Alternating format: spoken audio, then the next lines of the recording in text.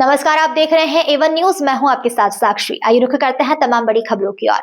हरियाणा विधानसभा के शीतकालीन सत्र पर प्रतिक्रिया देते हुए पूर्व उप मुख्यमंत्री दुष्यंत चौटाला ने बीजेपी और कांग्रेस दोनों पर तीखा हमला बोला है।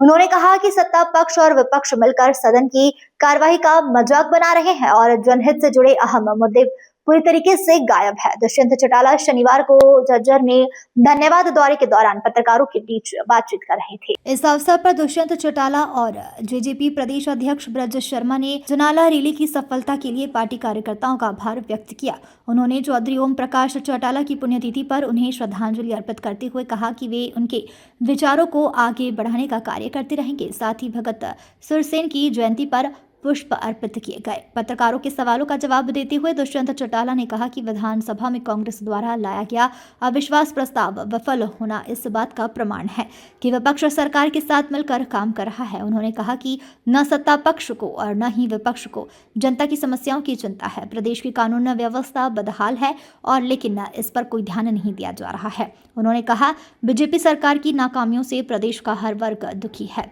दुष्यंत चौटाला ने कहा कि जेजेपी नई ऊर्जा के साथ आगे बढ़ रही है और कार्यकर्ताओं की मेहनत रंग ला रही है। जेजेपी प्रदेश अध्यक्ष ब्रज शर्मा ने भी संगठन को मजबूत करने और घर घर पार्टी की नीतियां पहुंचाने का आह्वान किया है।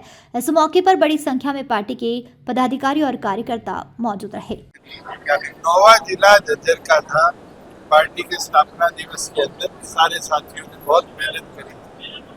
उनका आज आभार भी प्रकट डॉक्टर अजय सिंह चौटाला जी के आदेश अनुसार मैंने श्रद्धांजलि दिया है और साथ में ड्यूटी भी लगाई है कि हमारे जो 6 सेल सारे साथी मिलकर आगामी 26 जनवरी से पहले उन 6 सेल का हल्का स्तर का संगठन तौर पर समाप्त बनाने का काम करें।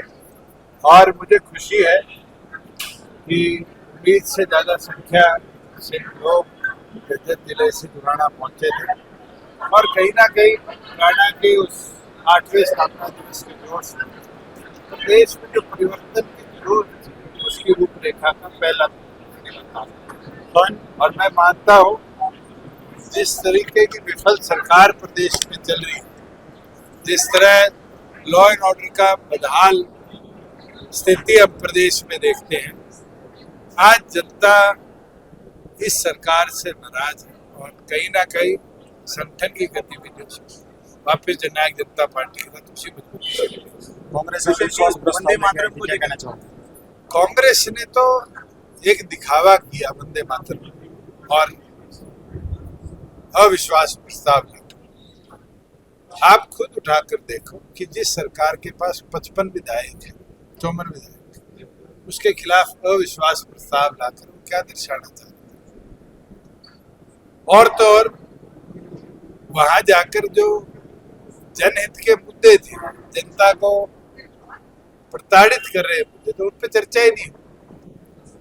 आज अगर हम बात करें तो लगभग 7 लाख के आसपास राशन कार्ड कट गए, लॉ एंड ऑर्डर की स्थिति उठा लो, 38,000 बूढ़ों की पेंशन कट गई, 7,000 विधवाओं की पेंशन कट गई। इन विषयों पर चर्चा ही नहीं हुई। तो मुख्यमंत्री से जवाब मांगते कि प्रदेश के ऐसे बदहाल हालत क्यों बनी। ये भी नहीं पूछा कि जो 3.5 महीने पहले फसल बर्बाद हुई थी उसमें लाखों लोगों ने आवेदन डाले थे और उन लाखों लोगों में सरकार ने कितने 138 करोड़ रुपए अब तक बांट पाई। ये दिखता है सैनी सरकार की मंशा। आपके तो मैं खुद के गया था डीगल के पास, किस तरह पानी खड़ा था और आज उन लोगों के किले भी इन्हें दुरुस्त दिखा रखे। ये दिखता है कि सैनी सरकार कहीं ना कहीं प्रदेश की जनता को आंकड़ों के खेल में भ्रमित करने का काम करी और उसमें सबसे बड़ा खेल परिवार पहचान पत्र का है। और आपने देखा होगा लाडो लक्ष्मी योजना में परिवार पहचान पत्र ने किस तरीके से महिलाओं का सम्मान नहीं अपमान किया। ना लाडो को ना लक्ष्मी को उस योजना का लाभ मिला। आज आपके जिले के अंदर भी 75% प्लस रिजेक्शन है लाडो लक्ष्मी। तो ये दिखाती है कि वो लोग कितने गंभीर इस योजना के तहत काम करा। सिक्योरिटी वापस लेकर राहुल फाजिलपुरी हमारे लोकसभा के कैंडिडेट थे, उनके ऊपर गोलियां चली थी और आपने स्वयं देखा था कि 11 लोगों को अलग अलग इनकाउंटर्स के दौरान पुलिस ने अरेस्ट किया। क्या सीपी गुड़गांव उनको सुरक्षित कहते हैं? ठीक है, वापिस ले। कल कोई वारदात हो जाती है तो फिर हम कमिश्नर ऑफ पुलिस और एसएचओ जैसे कि डीजीपी की चिट्ठी में लिखा है उनको जिम्मेवार माने। विजय जी, आप विधानसभा में रहे हो, कांग्रेस पार्टी जो विश्वास प्रस्ताव लेकर आई थी, नेता प्रतिपक्ष भूपेंद्र सिंह हुड्डा के उस पर साइन नहीं थे, तो जो विपक्षी और पार्टियां हैं, इनेलो है और पार्टियां हैं, वो कह रही है कि भूपेंद्र हुड्डा को माफी मांगनी चाहिए प्रदेश। मैं तो गंभीरता बता तो रहा हूँ कि जो विषय अविश्वास प्रस्ताव के लिए लिखा गया उसमें तो हरियाणा की जनता के हित का बड़ा मुद्दा था। पार्टी की बढ़ोतरी को लेकर झंडे लगाने की बात के साथ साथ आपने बाबू बेटे का जिक्र किया अभी संबोधन में। देखिए, हमने अपना काम करना है और अपने संगठन को इसी तरीके से रूट लेवल पर मजबूती से उतारना है। उसमें हमारे जिला अध्यक्ष हो, जिला के प्रभारी कर्नल राठी जी हो, सारे मिलकर हल्का अध्यक्षों के साथ 26 जनवरी तक इस संगठन की ताकत को बढ़ाएंगे।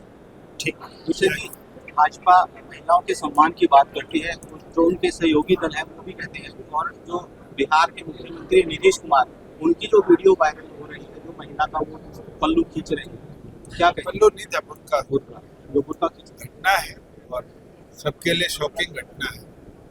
अब इसके ऊपर क्या टिप्पणी उनकी तरफ से आएगी वो सुननी जरूरी है, ना कि आपकी और मेरी टिप्पणी करना।